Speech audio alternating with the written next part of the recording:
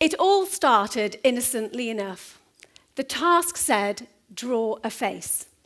Surely my 3-year-old could do this. A simple circle, 2 eyes, a nose, and a mouth. We'd watched Baby Newton and learnt how to draw shapes. We'd listened to Baby Mozart, so I knew he could concentrate. And we'd read so many books with faces in them.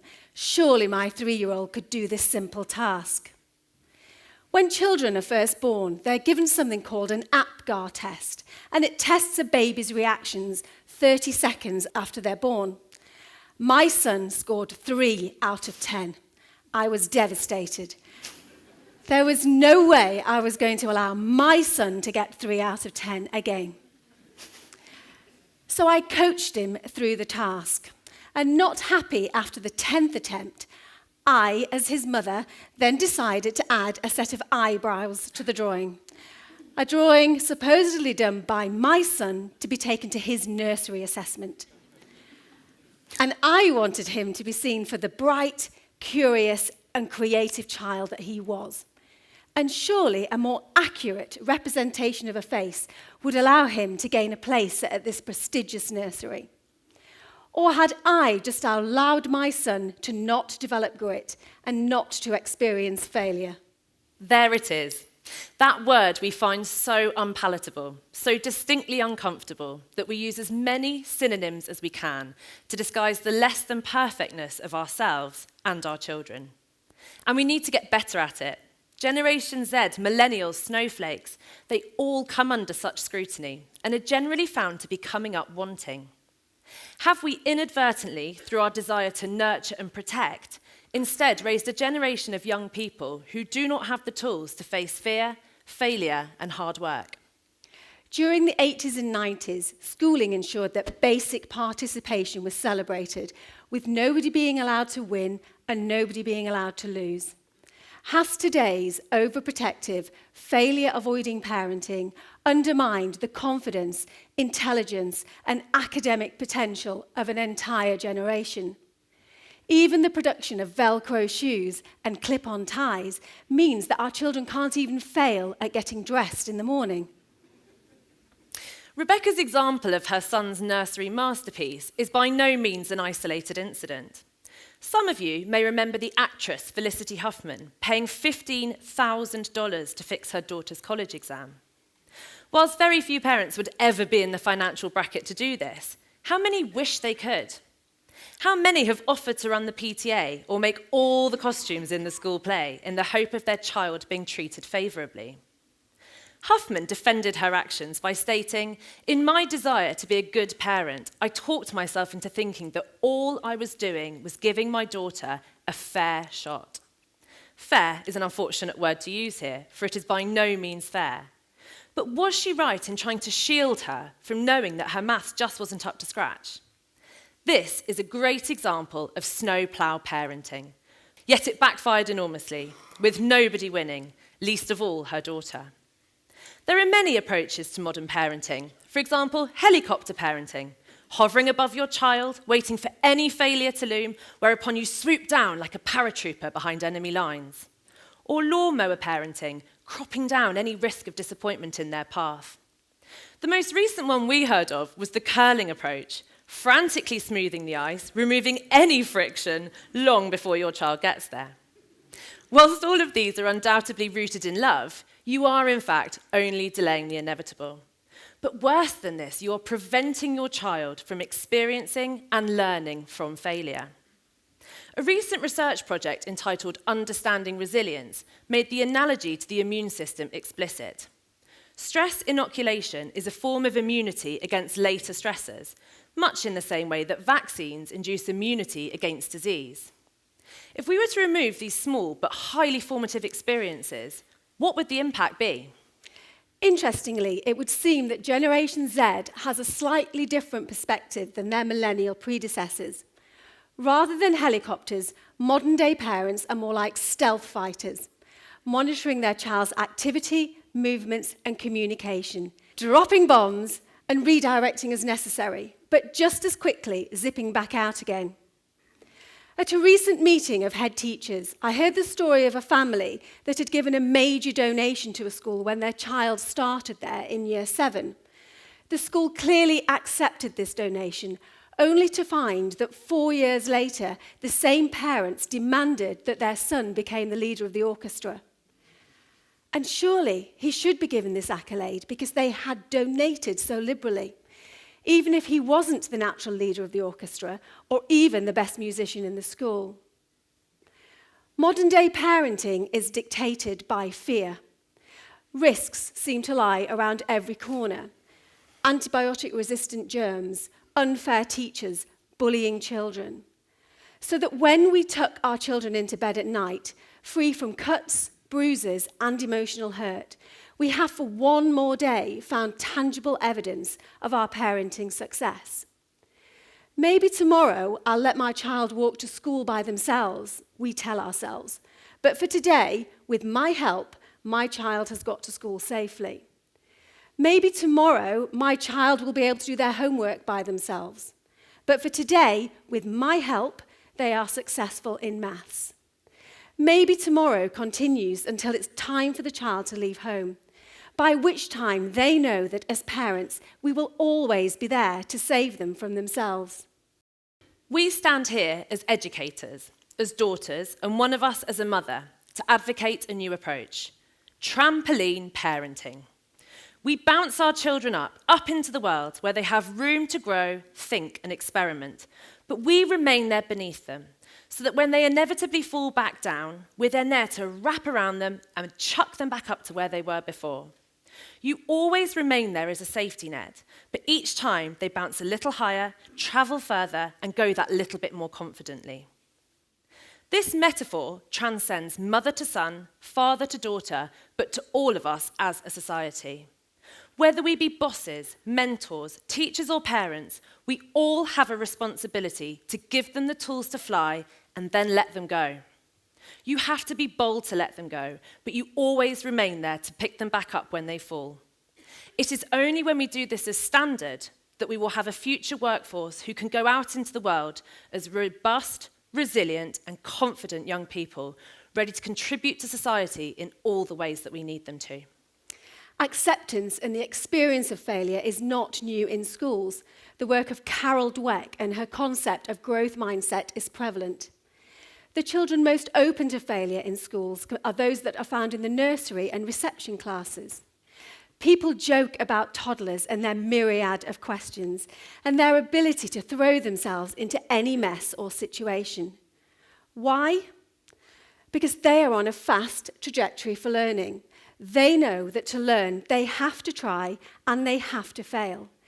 It's only when children become older that this appears to become a barrier to their learning. So what is going on outside the safety of the classroom? Could it be that beyond the school gates, failure is still seen to be such an abhorrent concept that it must be avoided at all costs? If it takes a village to raise a child, and indeed an entire generation, then do we need to be rethinking the concept of failure? We believe the time has come to redress the balance and make a plea that children are given the time and space to fail forward, fail well, and fail often. But for this to be the case, we all need to be on the same page. So stop snowplow parenting and let your children develop the grit and resilience that they so badly need in order to flourish. Let's hear now from some children about what they have learnt from their own failure.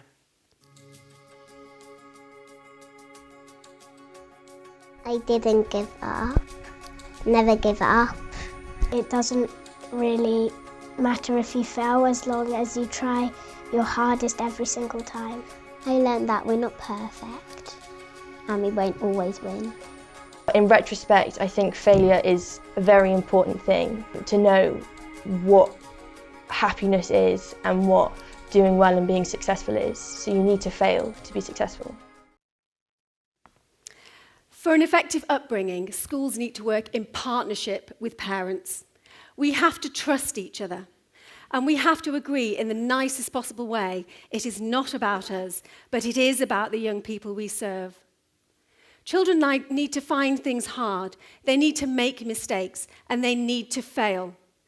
If they do something wrong, they need to try to learn to find a different approach. If they do something unkind, they need to reflect on what they did and what the outcome was. If they are physical with another child, they need to learn that there will be consequences from doing this. As educators, we can also be accused of fueling the failure flame. More recently, schools have introduced a homework app which allows pupils, but more importantly here, parents, to see their child's homework as it appears online.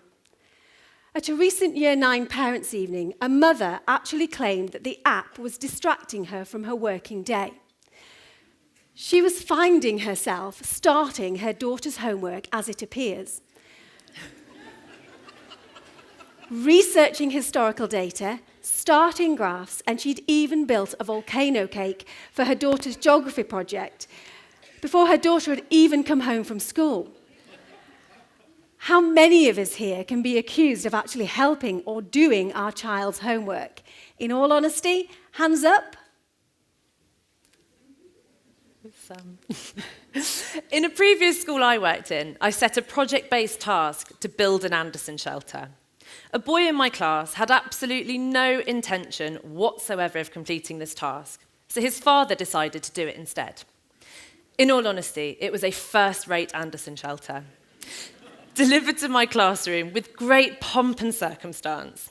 However, in all seriousness, this taught his son nothing apart from 2 key lessons. If you don't value a task or job, don't bother doing it. And if you don't do it, I will do it for you. In fact, research would suggest that we are actually failing our children by not allowing them opportunities to struggle. An international study of maths teaching in Japan found that teachers there put their children into what is known as the learning pit almost 50% of the time. These are opportunities to be able to think outside of the box and experience failure in the classroom.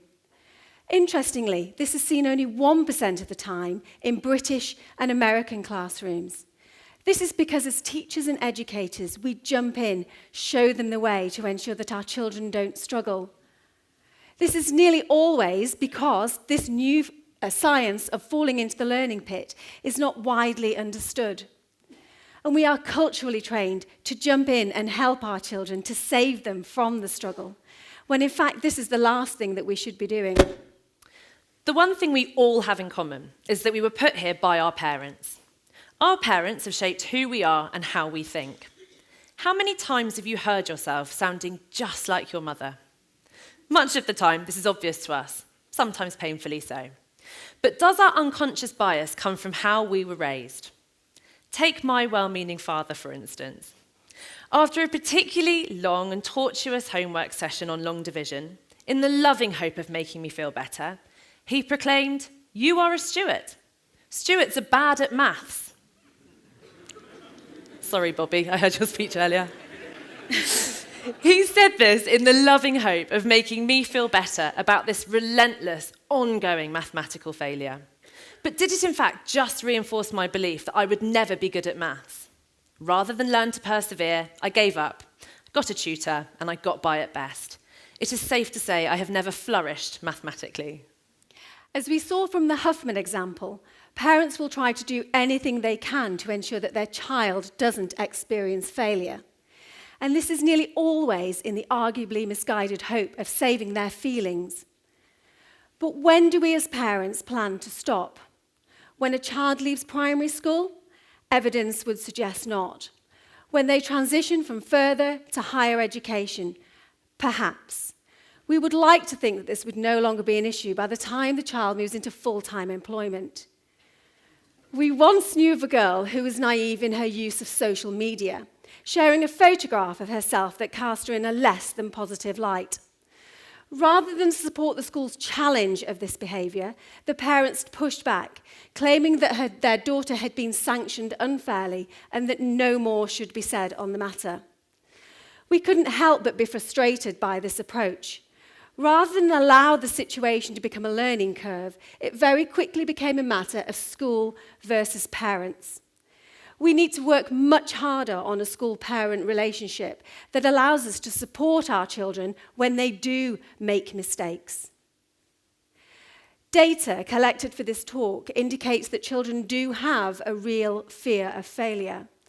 From over 1,000 4 to 18-year-olds polled from both independent schools and academies, it would appear that only 10% of children never fear failure. 20% of children actually have a constant aversion to failure, and this is having a negative impact on their learning. So what does this tell us? It asks the question, how are we bringing up our children, and do we actually impart our own fear of failure onto our children, and are we fueling their fear of failure? Look at Clemmie's fear of maths and how this was reinforced by her parents in what they felt was a supportive way. Given that the data also suggests over 60% of children do learn from their mistakes, shouldn't we therefore be giving them many more opportunities to do just that? Let them fail a maths test and learn from their mistakes. Let them be dropped from the hockey team. Let them not become a prefect. Sometimes we have to accept that our children just aren't good enough. Yet. The one-shot approach to GCSEs and A-levels perpetuates this fear, and it would take a bold teacher or parent to stand up to the system. However, society is changing, and our children won't be going into just one career, but many. And for some 30%, they'll be becoming their own bosses. So we think that time has come for failure to become an acceptable part of growing up. So when you all go home tonight, why not try just one of the following? Firstly, please try to worry less about your children. Then let them struggle with the homework without jumping in to save them. Let them pack their PE kit, and if they forget their socks, they'll learn from it. Let them fall out with their friends, but crucially here, learn to renegotiate those friendships for themselves. The work of raising a resourceful adult takes time, but it begins with a simple equation.